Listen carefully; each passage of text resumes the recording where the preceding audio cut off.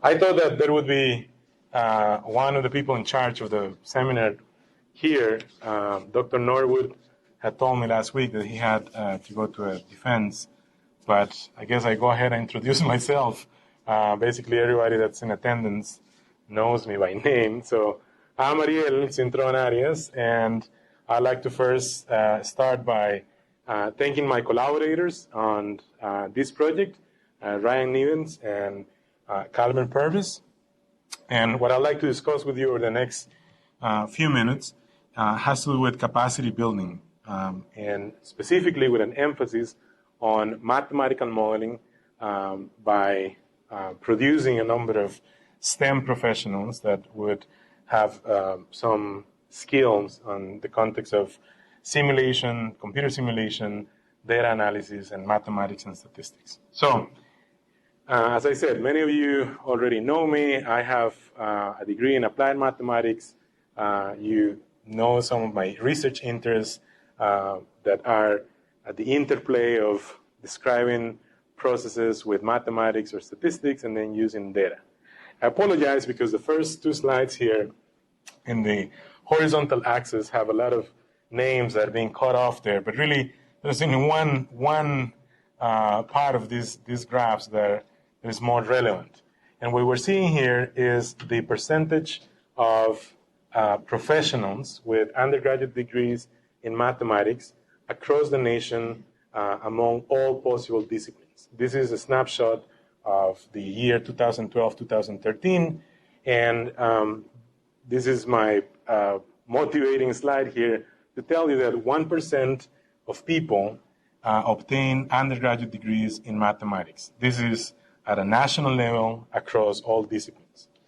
If we take a look at the number of graduates from East Tennessee State University, and then look again at the percentage of graduates obtaining a bachelor's degree in mathematics, then this is completely coincidence. It happened to be the same with that precision of one decimal digit. It's still 1.1% of ETSU graduates walk away from here with an undergraduate degree in mathematics. Now, among these groups, if we were going to take a closer look at a subset in the disciplines that are considered science, technology, engineering, and mathematics, the so-called STEM disciplines, then at a national level, this is what the distribution looks like. This is still number of undergraduate degrees awarded in 2012-2013, and at the national level, among STEM disciplines, 3% of STEM professionals have undergraduate degrees in mathematics. And similarly, or in analogy, we look at the same distribution, the same type of subset of ETSU graduates, then we see that the percentage of mathematicians, these are the new, fresh mathematicians out of the production line in the year 2012-2013, is 5%. So you may have, you may have some comments or some ideas. I would say that this, in fact, reflects, these are very small percentages of people obtaining undergraduate degrees in mathematics. But I think in a way it also reflects, there's a natural distribution of how people decide, find themselves suited for one profession, for one career, So mathematics is a substantial commitment to commit to mathematics or chemistry or whatever the major is. So the fact that we have among STEM disciplines between 3 to 5% and across all disciplines about 1%, I think simply reflects, that's simply the natural state of the natural distribution in terms of choosing a career path that is well suited. And so with that in mind, the motivation of my message today is that there is room for growth in undergraduate mathematics education when it comes to, I think as a professor of mathematics, I think it always is important to have a goal to increase the number of mathematics majors. But realistically, even with that effort, those efforts will be to change that 1% to 2 or 3%, is substantial. Or even changing the 3 to 5% to say the double, 6 to 10% is still substantial.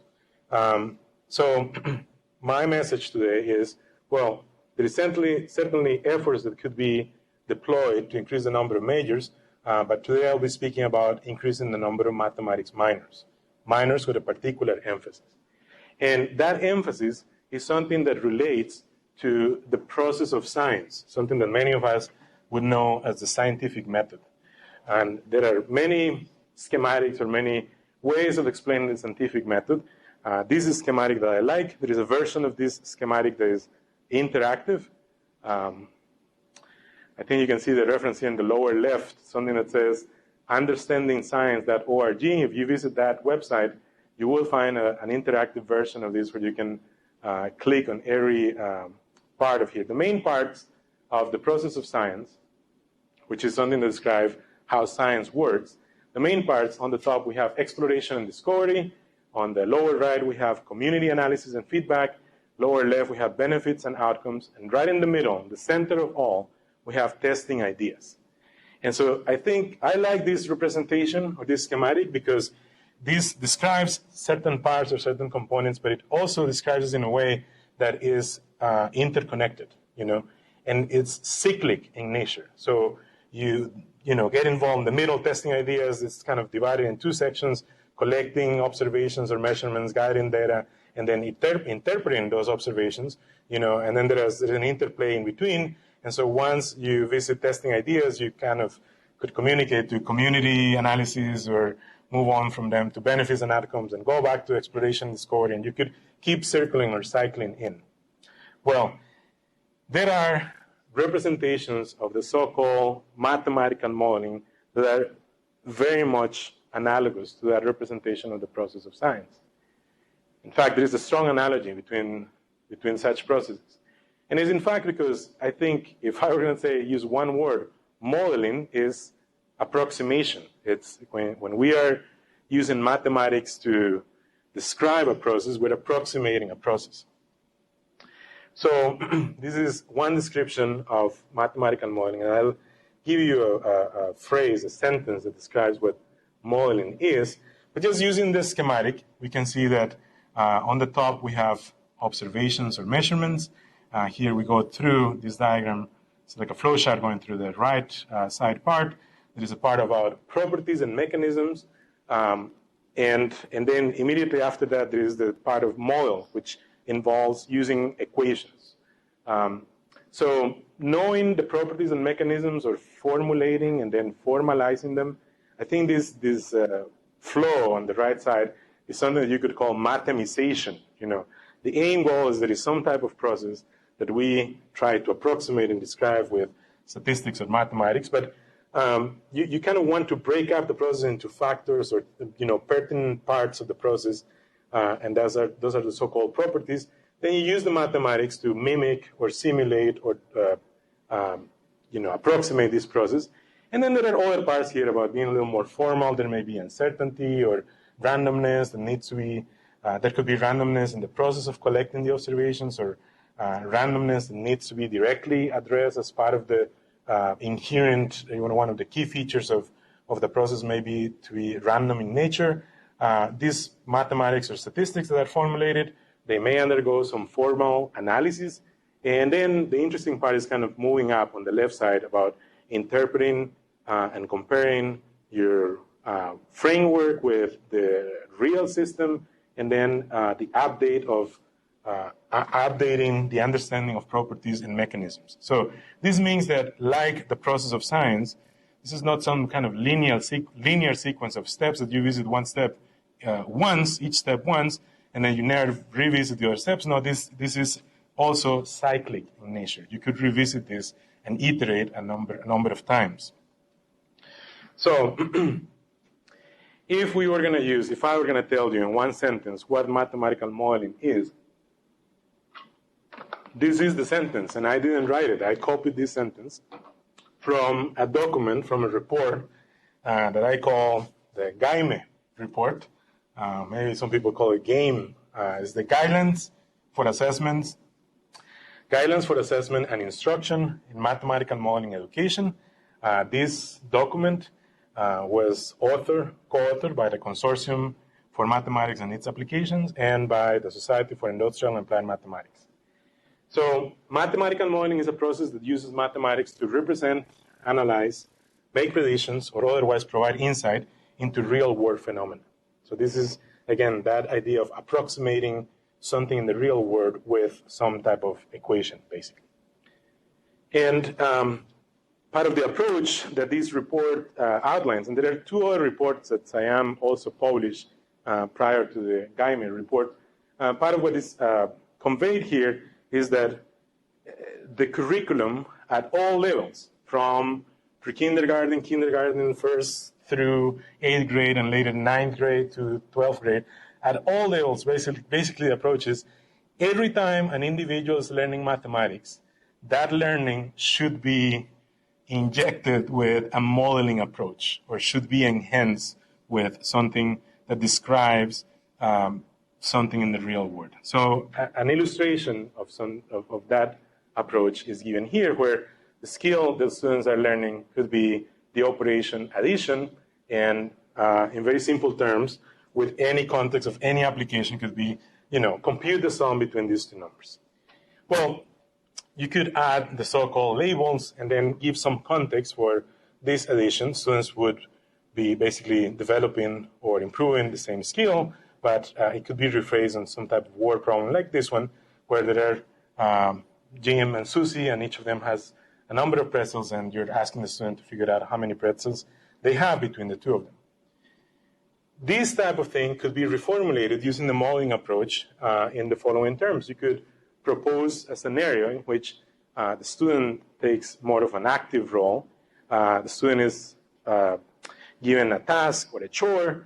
They're helping pack a picnic for their family, and there's a number of things they need to do in order to provide that assistance. They need to determine how many pretzels need to be packed. And then there is a number of questions here the student has to consider. How many people are in their family, and how many people will be attending, how many pretzels each person is likely to eat, dietary restrictions, and total number of food. So this type of approach is requiring the student to be more involved with things that are more tangible. And some of these questions are in the spirit of developing an intuition or developing some training, and what eventually would be similar to formulating assumptions, which are a very important part of formulating a model describing some real-world scenario. Another illustration at a higher level of grades 9 through 12. This is an illustration out of the GAIME report. It's something that has to do with linear equations. You could have a problem that has no application, that simply requires students to graph a line with specific slope, specific vertical intercept, and then to derive an equation. Then the modeling approach for this type of context would be something in which the students are given a hypothetical in which they're trying to help one of their friends, their best friend, in fact. And the scenario is that their best friend has found two types of jobs. And one job, they will get paid an hourly rate above the minimum wage. And another job, they get paid half of the minimum wage plus a commission of a certain amount for each item that the friend sells.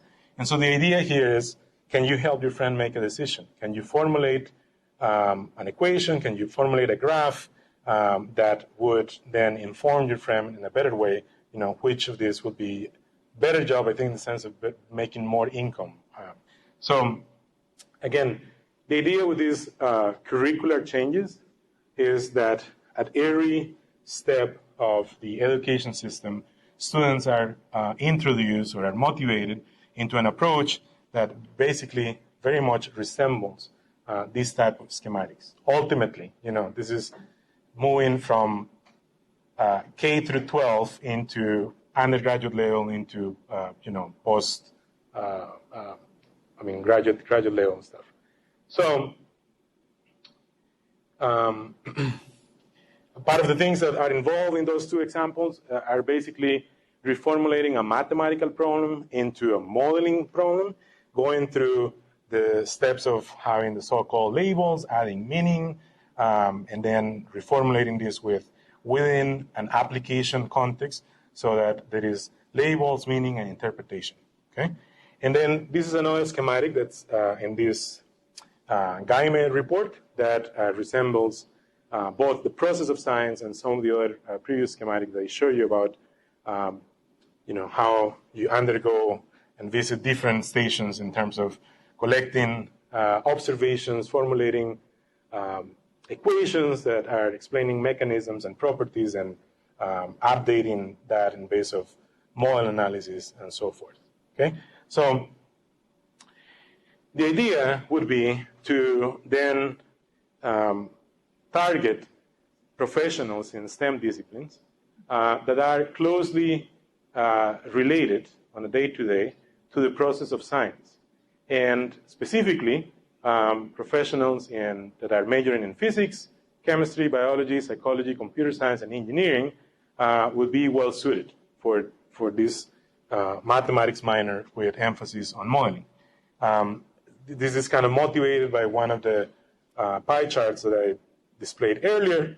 Basically, half of what was reported there by the National Science Foundation, half of those STEM professions are social sciences and psychology, and the other half are some of the other disciplines. So, again, there is a lot of room for growth in mathematics education when targeting STEM professionals to complete a specific minor that has an emphasis on modeling. Where's astronomy? Would you please use the... Where's astronomy? The question is, where is astronomy? So, good point. So, in... there it looks kind of small. So here looks bigger. This was the data at the national level, reported by categories by the National Science Foundation. Physical sciences includes like 3 or 4, including physics and astronomy, and I think there are 2 other disciplines that are lumped into that category of physical sciences. Similar for biological and agricultural sciences, that would also, include a fair number. Yeah, go ahead. Geosciences is something else that I'm finding missing. Geology and geosciences. That also might be in physical sciences because it deals with moving objects under the surface. In this classification, with this category, yes. Geosciences was, that was one of the things I had to follow those categories to put together the data for the ETSU distribution based from what's reported in the fact book. Yeah. But those are good points, right? So where I'm saying here physics, kind of relating to some of the majors at ETSU, right? And certainly here this would include physics and astronomy. So here for us at ETSU, the minor requires 7 classes, and I explain this in terms of 3 phases or 3 stages. The first stage, phase 1, requires differential and integral calculus, part 1, and calculus, part 2, and then linear algebra. So those are 3 classes. Then the phase 2 would require probability and statistics with calculus. So right there, the completion of phase 1 and phase 2 would be 4 classes out of the 7 required courses. And another thing to note is that here in phase 1 and phase 2, these classes are freshman level and sophomore level classes. Then in the latter phase, the requirement would be to complete 3 classes, which are junior level or senior level. That's probably the most, everything is important, but the part of the minor that has the most substance is phase 3. In that phase, students would choose, trying to move this thing, out of the way. They would choose 3 out of 7 classes. And these classes have names like mathematical modeling, statistical modeling, introduction to stochastic modeling. If they choose those 3 classes that are the first 3 in this list of 7, that would make a version of this mathematics minor that has basically every possible modeling we offer in our department, right?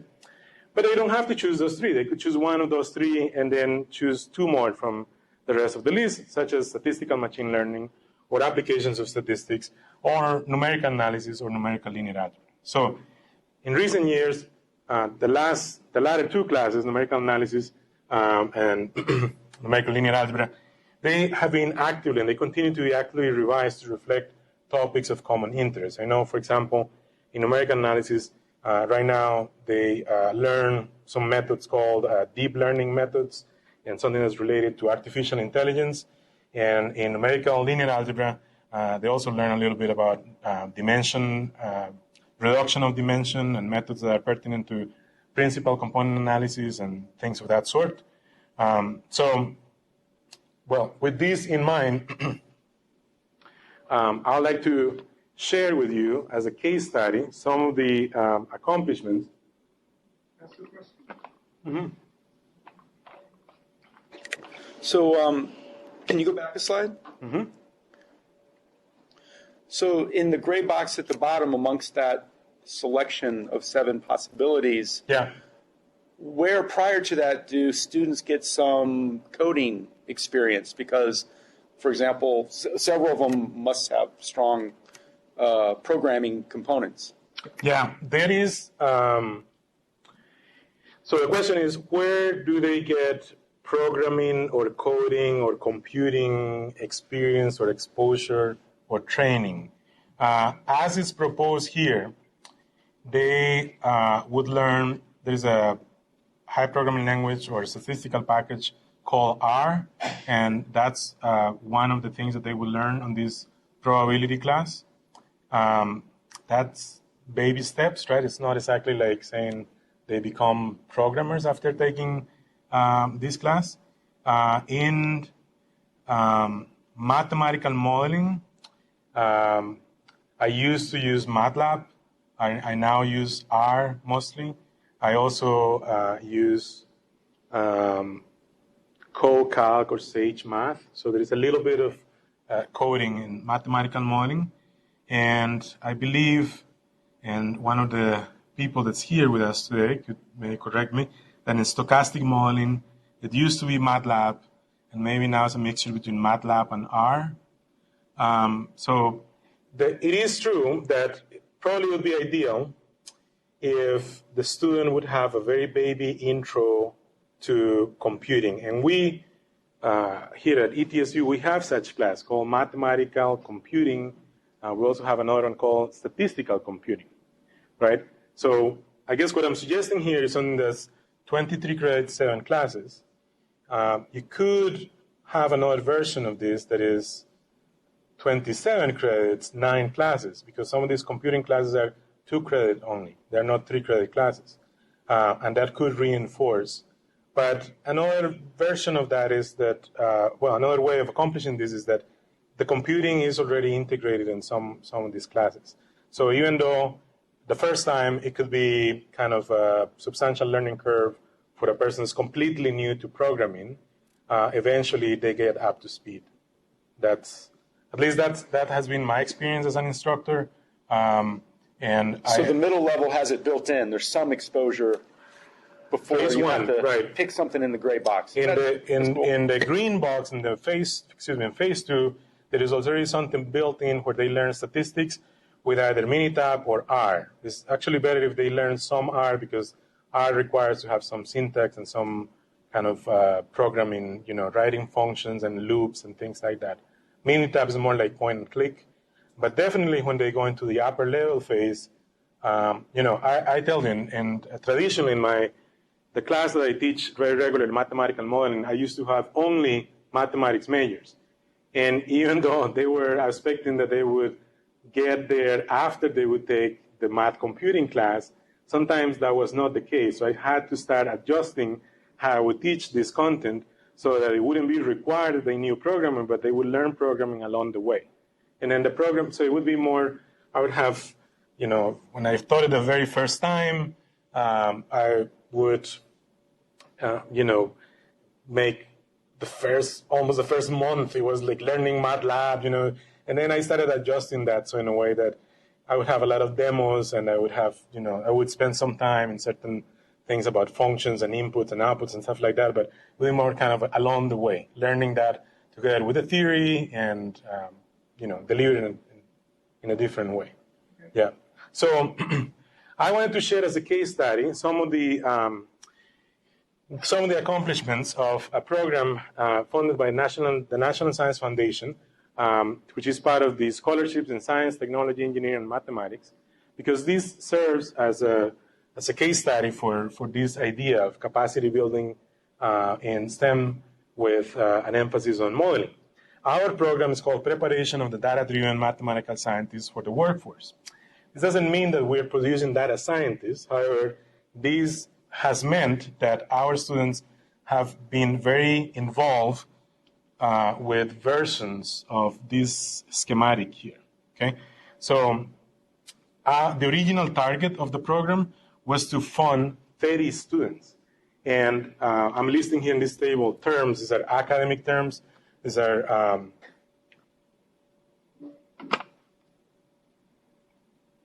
excuse me. So.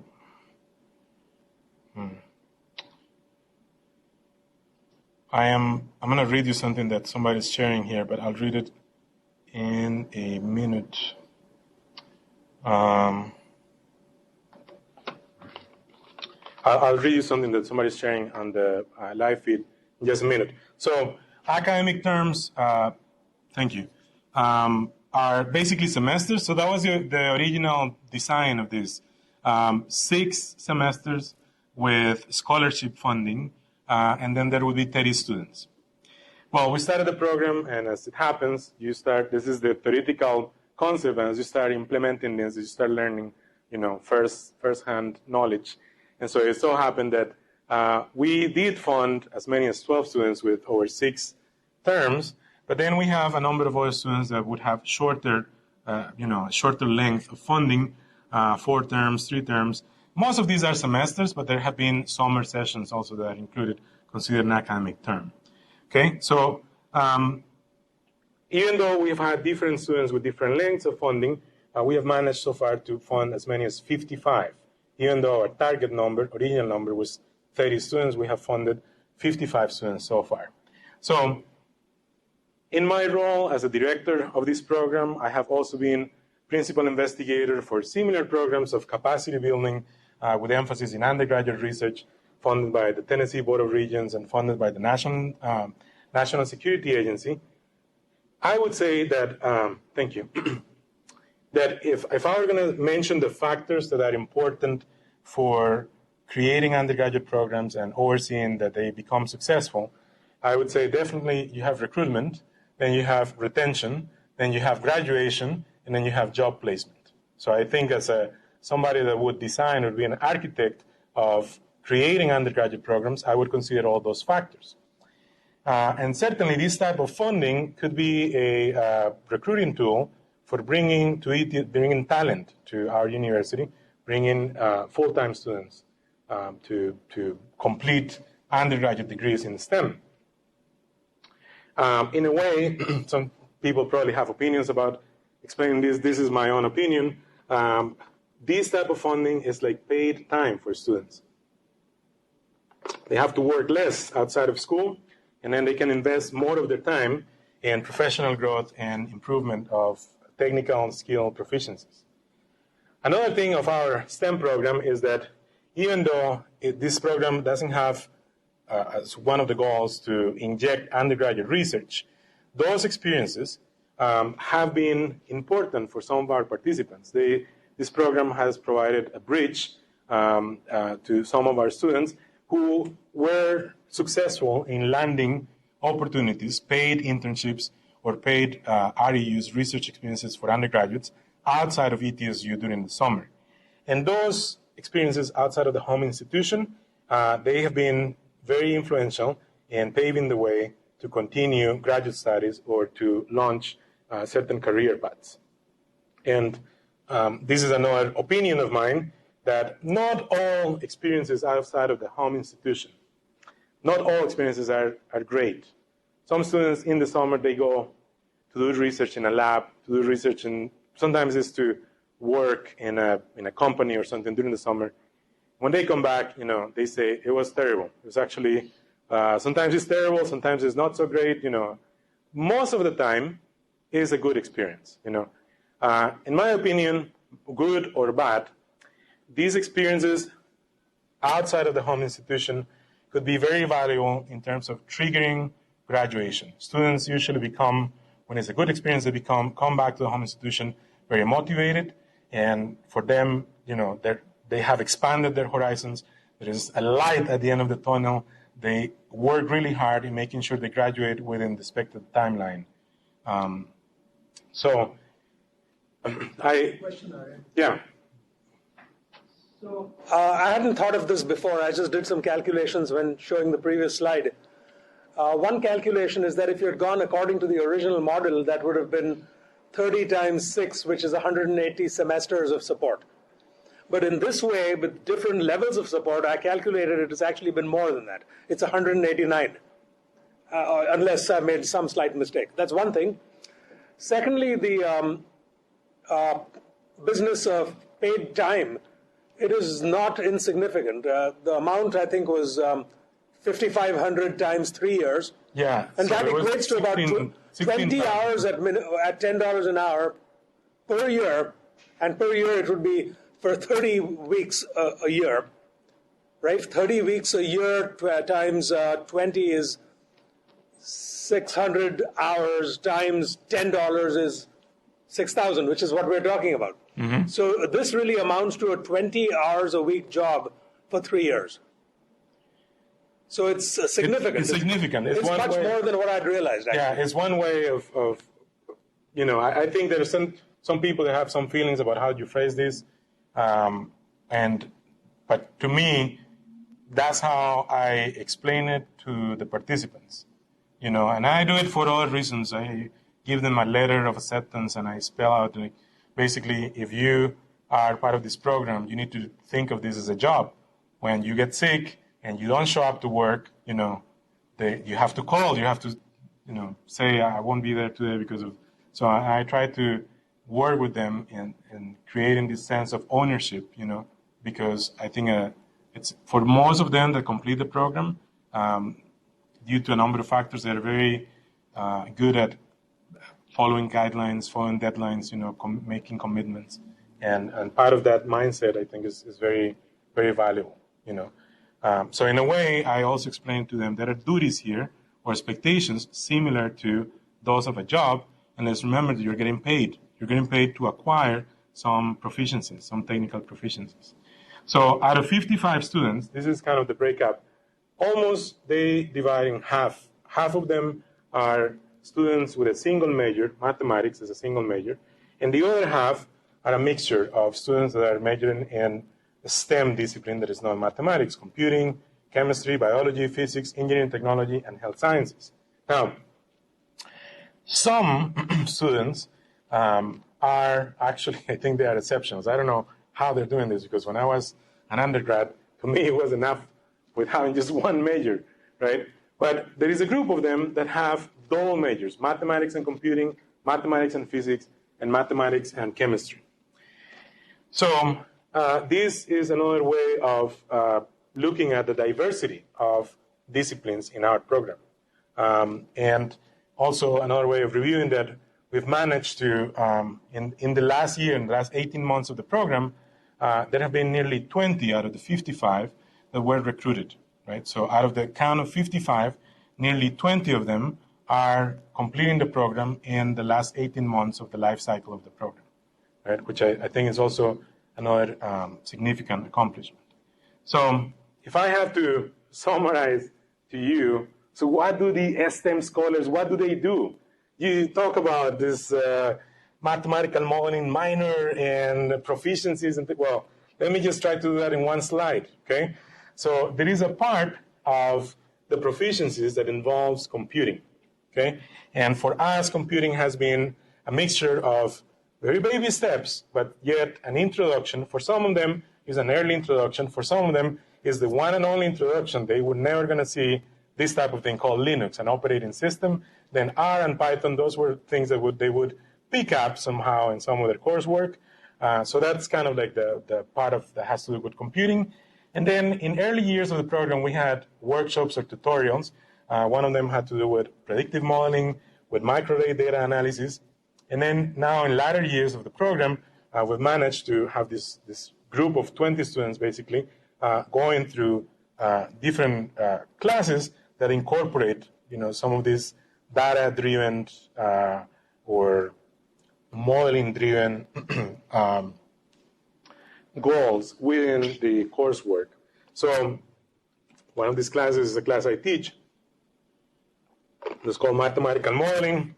They're also going through, there's a group of 20 students that are going through math modeling, statistical machine learning, applications of statistics, and numerical analysis. Right? So this is kind of the program in a nutshell in terms of the technical proficiencies. So I mentioned that even though our program is not an undergraduate research program, and maybe since we are in this part of the technical proficiencies, I tell you what David Curry is writing here on the live feed. I'm not sure if you can see the chat, but I would totally support R as a great solution to statistics. We use it for statistics and data mining. In a general sense, R is more flexible. Beyond statistics, it might be a good introduction to things like Linux and Python, in baby steps. That's some comment that David Curry is the person in charge of research computing. And so he has some comments there about R. So undergraduate research was not originally one of the goals of the STEM program. However, the program provided funding to bring external speakers from federal agencies and from other institutions. Sometimes these interactions, the speakers would give a public lecture here at ETSU, and then they would have a private meeting with some of our STEM participants, and that combined with some of the tutorials and workshops and some of the other active agenda we were promoting made our participants very motivated. They started applying to and were successful in landing paid internships or paid REUs in this list that I'm showing you here. So these were summer appointments, basically, summer positions. Another accomplishment is that several of our participants completed their undergraduate degree, and then they continued graduate studies. Most of the graduate studies were in either mathematics, applied mathematics, or statistics, or some combination of that, such as business analytics or data science. And these are some of the institutions where they went to. These are some of the universities where they went to. This is a mixture of master's programs or doctoral level programs. And then, even though this is a young, short program of a 5-year life cycle, some of our graduates have managed to land employment. And the list here is not as extensive as the list of the summer positions, because some of them are still in graduate school. Some of them went directly from their undergraduate studies into landing a job. Some of them did a master's. But here, this is, I think, a good example with 2 out of 4 employers here are in the federal government, and 2 of them are in the private sector. And I think certainly all these jobs that were landed by the STEM scholars, former STEM scholars, have to do with data. They're using data in some capacity. So now towards the end, I'd like to share with you something that comes out of the U.S. Department of Labor. So the Department of Labor keeps profiles on basically every occupation, every profession that you can think of in our country. And so I want to quickly show you there are different ways of displaying this. On the upper right corner, you can see the URL onetonline.org. And when you do the queries, you could display this in different ways. I think it's probably one of the most visual, at least, is more easier, more friendly to read. There are things divided here into rectangles or blocks. Mathematicians, I tell you, they're also known as agent-based modelers. They're also known as lead simulation modeling engineer, also known as research scientists or just plain scientists. Some of the things that labor describes here or summarizes are skills, abilities, personality, and the personality they list critical thinking, attention to detail, and a number of other things. Abilities, choose the right type of math to solve a problem, add, subtract, multiply, or divide. That's good for math majors. That, this is listed as one of the abilities. We're gonna see the profiles of a few of the STEM disciplines, STEM professions, and so things under skills, things under personality are going to be very similar. One thing that the mathematician profile has is under this box called Job Outlook that I'm saying we because I'm a mathematician. There is this little sun there, this shiny yellow sun. There is a classification called Bright Job Outlook. And a bright job outlook means that there is a projected growth faster than average in terms of employment. So it means that employment will increase 10% or more on that profession or that profile that has the little sun, the little bright job outlook. Okay? Another thing to point about mathematicians, this is a profession, according to the Department of Labor, that traditionally requires at least a master's degree or a doctoral degree. Okay? Now, let's visit the next profession, statistician, next profile. Things look very similar in terms of skills, in terms of abilities, analytical thinking, attention to detail. Job outlook.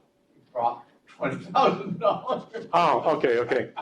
Rick is saying something about the one thing that you see in the job outlook is there is like a bell-shaped thing that has information about dollar amount information, the median salary. Okay.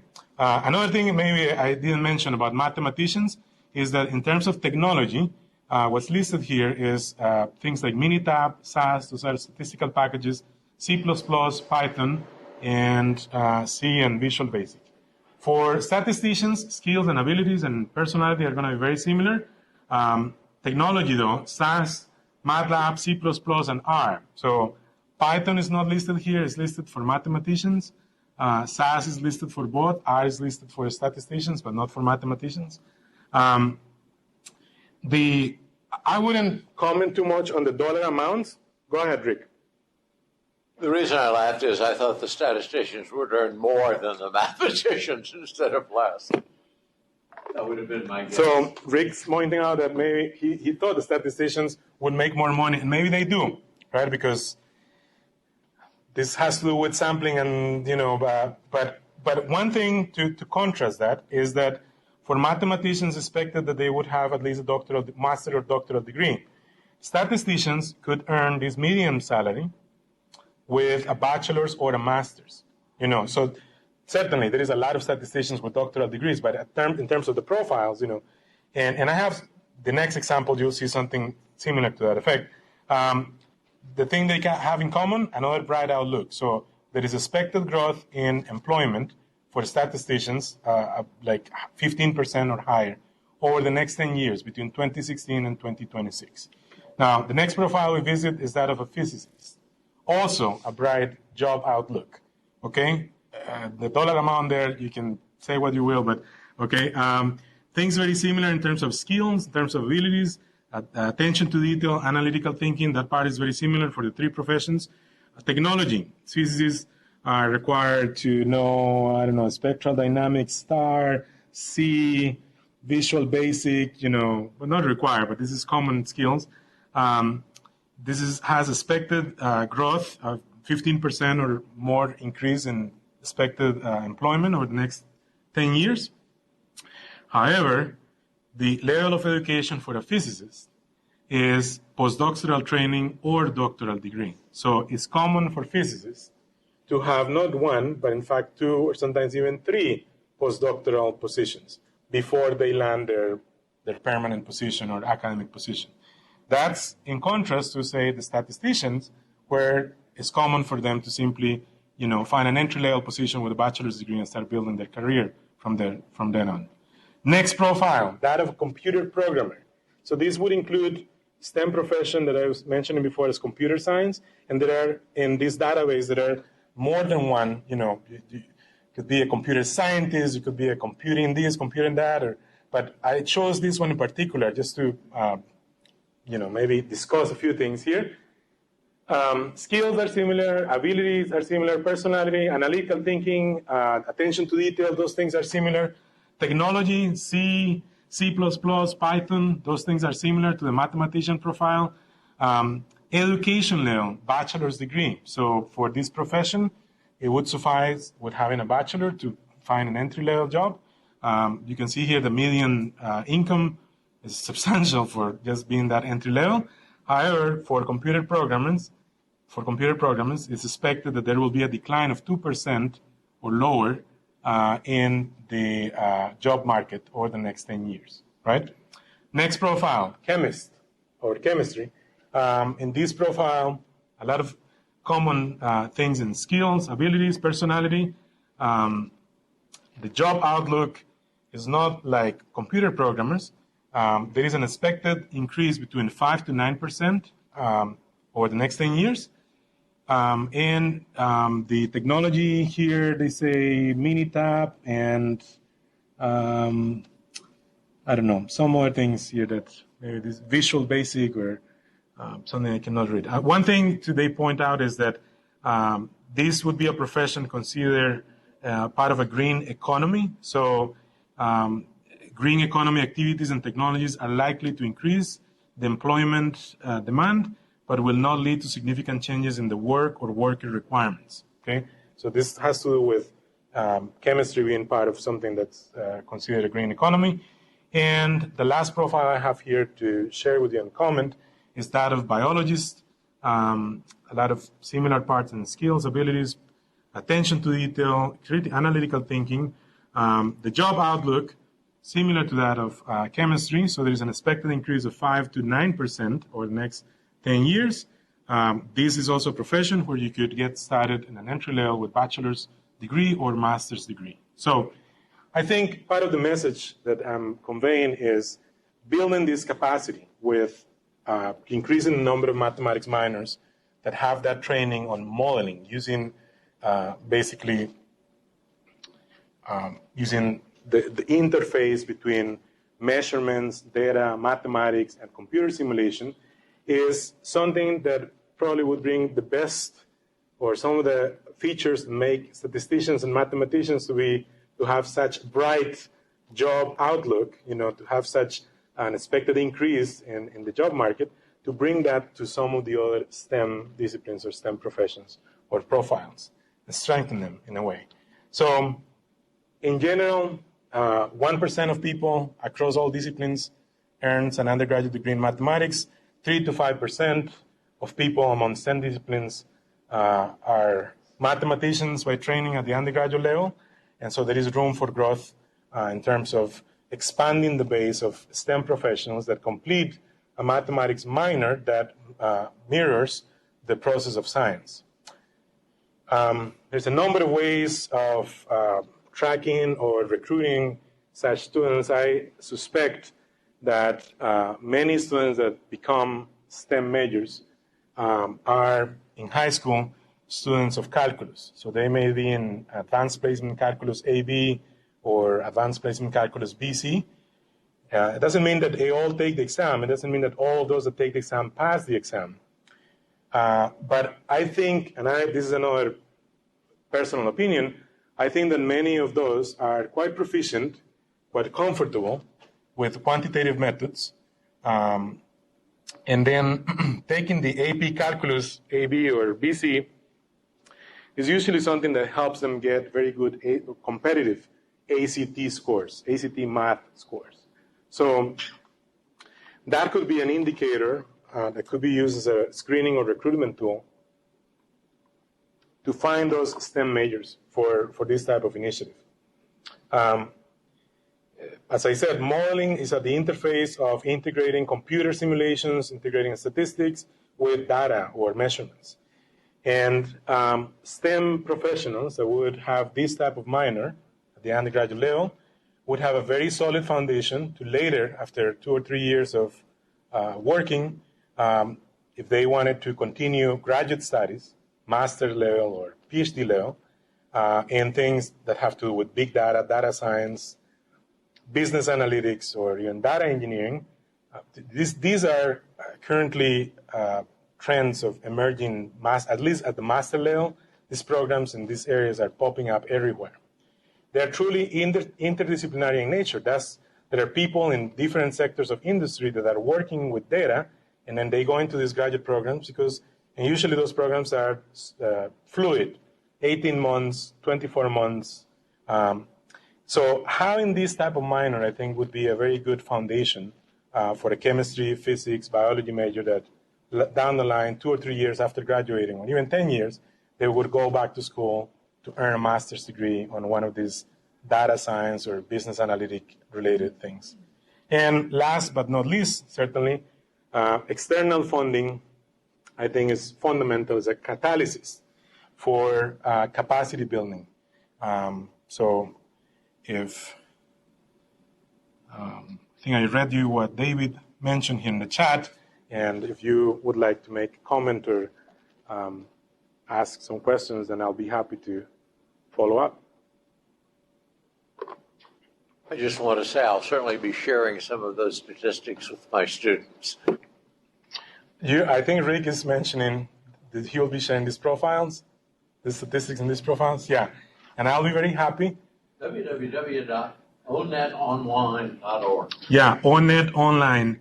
I'll be happy to share this presentation with you, but I'll be also happy to get together. This is very simple. You go there, and there is more than one way of pulling the profile.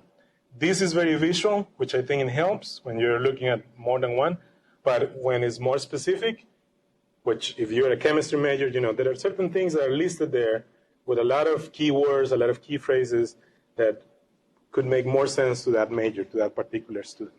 And then there's also something that's specific about local salary information or employment trends.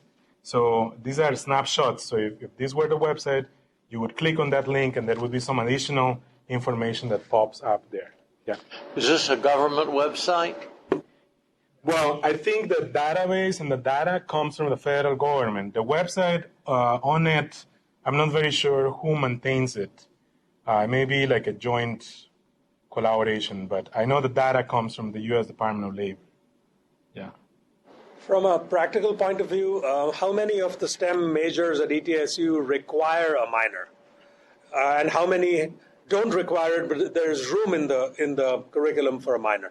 So yeah. Mathematics falls in the second category. Of course, we don't want a math minor if you're. But the other client disciplines, I think physics does not require a minor. Is that correct, Rico? I think so. You think so or don't think? I do not think so. You do not think so, but I think... but we get very close to having a double major. It's only a couple more classes because of the math that's all the way through Calc 3 and differential equations. Yeah, so what Rico is mentioning is that the physics majors, I think despite what you're mentioning, they are required to take 5 math classes. Now, those 5 classes do not, the 5, well, I was saying that one way of explaining the minor is 7 classes. So the physics majors are required to take Calc 1, Calc 2, linear algebra. They may be required to take probability, the non-calculus base, because that's a general requirement. I think it's Calc 3 and differential equations. So the 5 are Calc 1, Calc 2, Calc 3, linear algebra, differential equations. Those are their 5 classes. So that means that they would have to make room for 4 more classes. Or else you initiate a dialogue with John Guttermoser. Initiate a dialogue with the chair of physics to replace differential equations, say, with math modeling, and calculus 3 with, I don't know. Well, yeah, so this is like a draft, and there is certainly room for brainstorming. I would, for the physics majors, to me, they're like math majors in that sense. I would not. Okay, so the one thing that I skip here is that there were 2 classes that I put an asterisk, a star, mathematical modeling and applications of statistics. So if I have a STEM major that's doing this minor, I am willing to give that STEM major a permit to go into mathematical modeling, in part because I am the professor of mathematical modeling, and I have differential equation models as part of the content, but I have structured that to be self-modular, so that they don't need to know Laplace transforms, they don't need to know a number of things. They need to know linear algebra, though. They need eigenvalues and eigenvectors, but if they have Calc 1, 2, and linear algebra, I have structured mathematical modeling in which everything they learn about differential equation models, they learn it at once. So for those minors, I'm willing to give them a permit. But if they are math majors, they have to do differential equations. And I think physics majors are in the same, to me, they're in the same category. Should they do this? Maybe there are other substitutions, but certainly that one I wouldn't go for it. Question? Yeah, Rico. Yeah, a couple comments. I guess for the physics, we have computational physics. That's a place where our students can see Linux. And Computational physics. Lettermoser is now doing it with Python. And so does some things similar to what's happening in the math department. I also noticed that several of our students that I've worked with for research, have had your math computing class and are introduced to Python through that, and they prefer to work with me. Can I use Python is what they're asking. Like, sure, it's fine. Mm-hmm. And I may do something in C, and we do it independently. I kind of like those profile things. It reminds me of the old days when I did Dungeons and Dragons, very similar profile character type sheets, Kind of reminds somebody must have been D&D. But the other thing I'm wondering is that I have the impression, they're kind of rumors, I have the impression that you're seeing a lot of these engineering students in your calculus classes. So if you increase your minors, are you guys in a position to be successful? I mean, how would you manage success? Do you have enough capacity with faculty and stuff to add another Calc 1 section, another Calc 2 section, whatever it is that you need? There are questions about constraints, space, realistic constraints. People power, I mean, what are your constraints? Can you afford to be any more successful? Yeah, I think that is something that becomes more of it could be more of an issue of phase 2 and phase 3. In terms of these requirements here in phase 1, I think there are ways of absorbing that. And there is a number, there is a limiting capacity, there is a number that could be sustained. Traditionally, and again, from what I can remember of these junior and senior level classes, the average size for some of these classes is between 5 and 10 students, So certainly, if you're going to increase that size to, 50 students, that's what you're talking about. You need classrooms, you need another professor, but there is a number that these upper level classes could be increased from 5 to 10 to some number, which I don't know. I can tell you a number I can sustain, but there is a number within that range. So Mark Giroux, I think, says that the engineers have to take the same math content that the physics majors do. Somehow they're synced. And that I thought Jeff Nisley said something that you guys offer Calc 3 twice a year, once each semester, and it's running about 60 students. It's gone through per year. Yeah, that's a lot. 60. 30 per. Rick, how many students do you have in Calc 3? Yeah, 30 per semester. Yeah. Our calculus 1 and 2 run at 40. I have 29 students in my Calc 3 this semester. Yeah, so right now it's not 60. Right now 29 is a really high on mark in that class.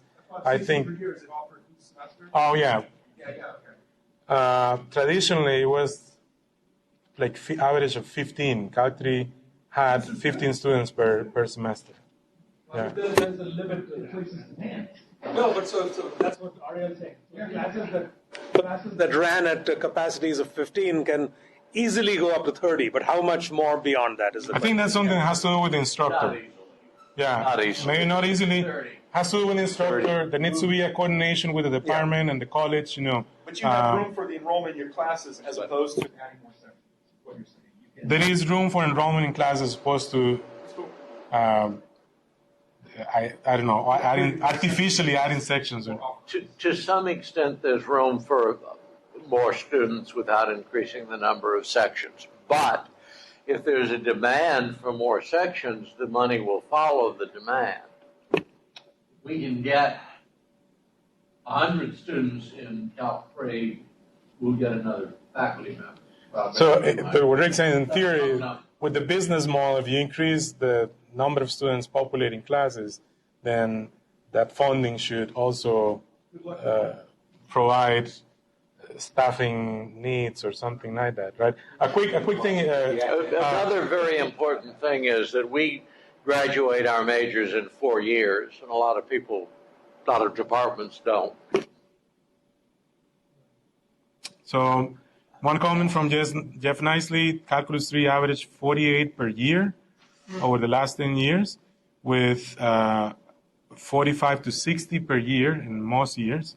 A comment from David Curry, ONET comes from Occupational Information Network, is being developed under the sponsorship of the Department of Labor and Employment and Training Administration, and is funded by a grant to the North Carolina Department of Commerce, which operates the National Center for ONET Development.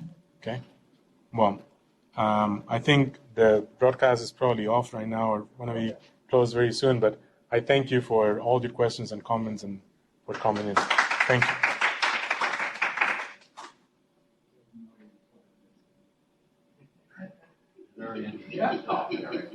Thank you.